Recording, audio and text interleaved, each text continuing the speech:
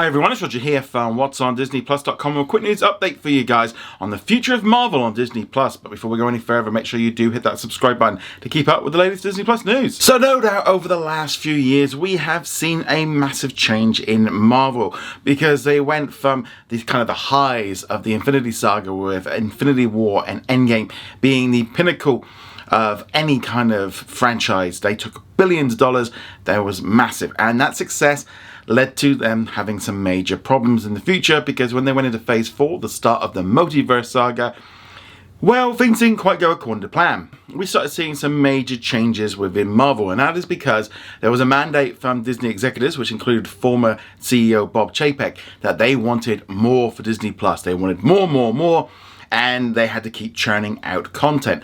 Now, this kind of success of Infinity War and Endgame allowed Marvel to expand its character, expand how many different characters it could bring to the screen, and they kind of in some ways got a little bit carried away. They introduced lots of shows.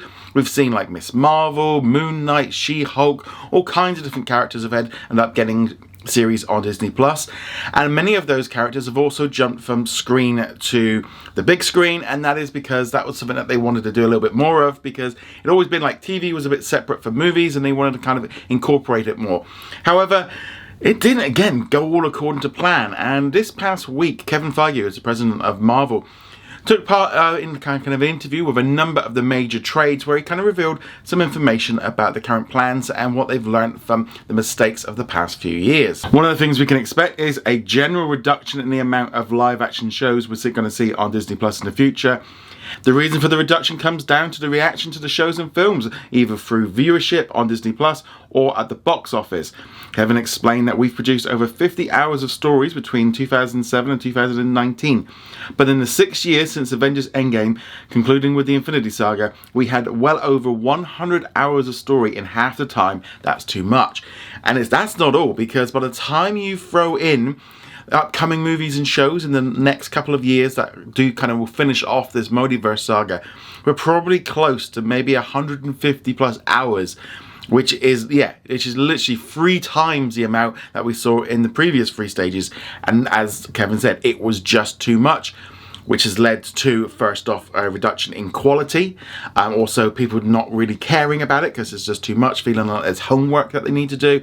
The quality's reduced, and just fatigue, and they're just being too much to keep up with, and people have kind of just lost interest. Kevin went on to say that for the first time ever, quantity trumped quality. We spent 12 years working on the Infinity Saga, saying that would never happen to us.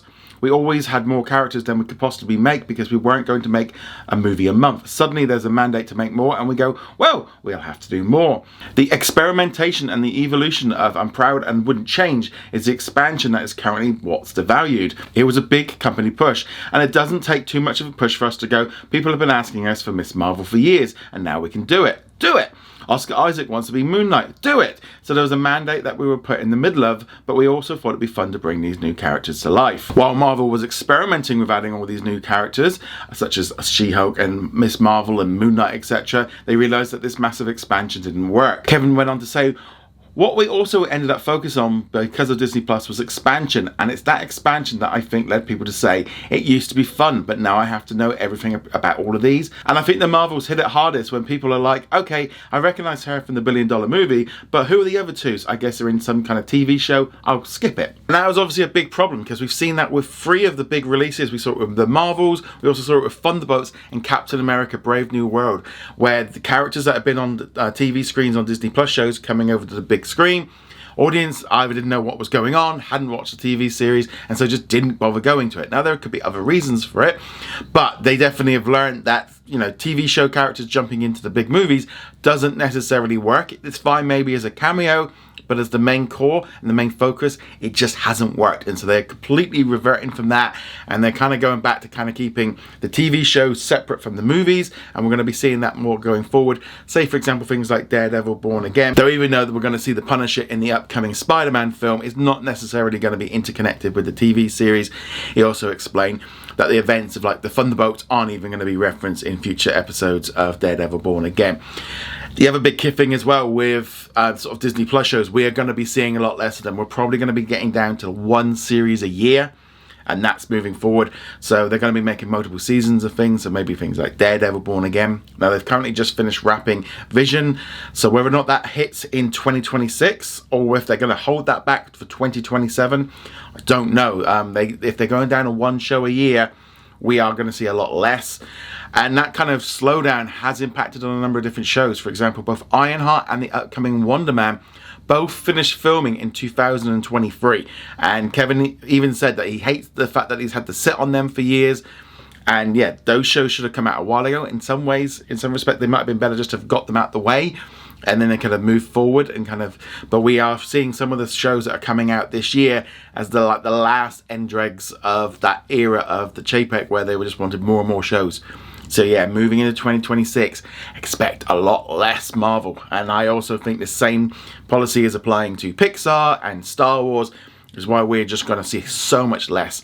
Disney Plus mandate to create as much content as possible really put the studios under too much pressure, and they struggled. And now we are seeing them pulling back the exact opposite.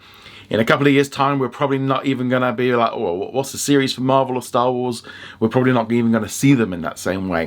When asked about the benefit of launching Disney Plus shows and about allowing for the expansion of characters, like we saw, for example, in the prior days of Disney Plus with like Agents of S.H.I.E.L.D. and Daredevil being separate from the movies, he said, I think allowing a TV show just to be a TV show is what we're going to be returning to. So I've been saying this for a while, but we all better get used to it. The idea we are not going to be getting that many Marvel shows, and also I think Star Wars shows going forward on Disney Plus in the future. This whole era is coming to an end. We've got the last few shows coming out. We've got a few things coming out this year like Marvel Zombies and Wonder Man. But yeah, we're going to see a lot less. Probably just going down to Daredevil as a live action show. Maybe mix it up with something else every other year. And then we're going to get a couple of animated shows, I suspect, like Spider-Man and X-Men for at least a few years because they've already been renewed. But much less, much more focus. That's probably a good thing. I think definitely one of the biggest problems with Marvel introducing all these different characters is where do you keep going with them? Where do you keep using them? I mean, you can do team-up shows and things like that. You can do so much of that. But I think just that whole idea of Phase 4 and 5 just didn't feel like the story was going anywhere. They were just introducing characters after characters after characters, and everyone is like, well, what's going on? What are these ones? There are definitely some standouts, I think, from Phases 4 and 5. There's some great stuff. I mean, Kevin even talked about how sort of Loki and WandaVision are some of the best content they ever created, but it got washed down due to the amount of other stuff coming out there. I think like Shang-Chi was fantastic, Eternals, but the audience just didn't respond to it. They wanted all the big characters, and yeah, we're going to be seeing that moving forward.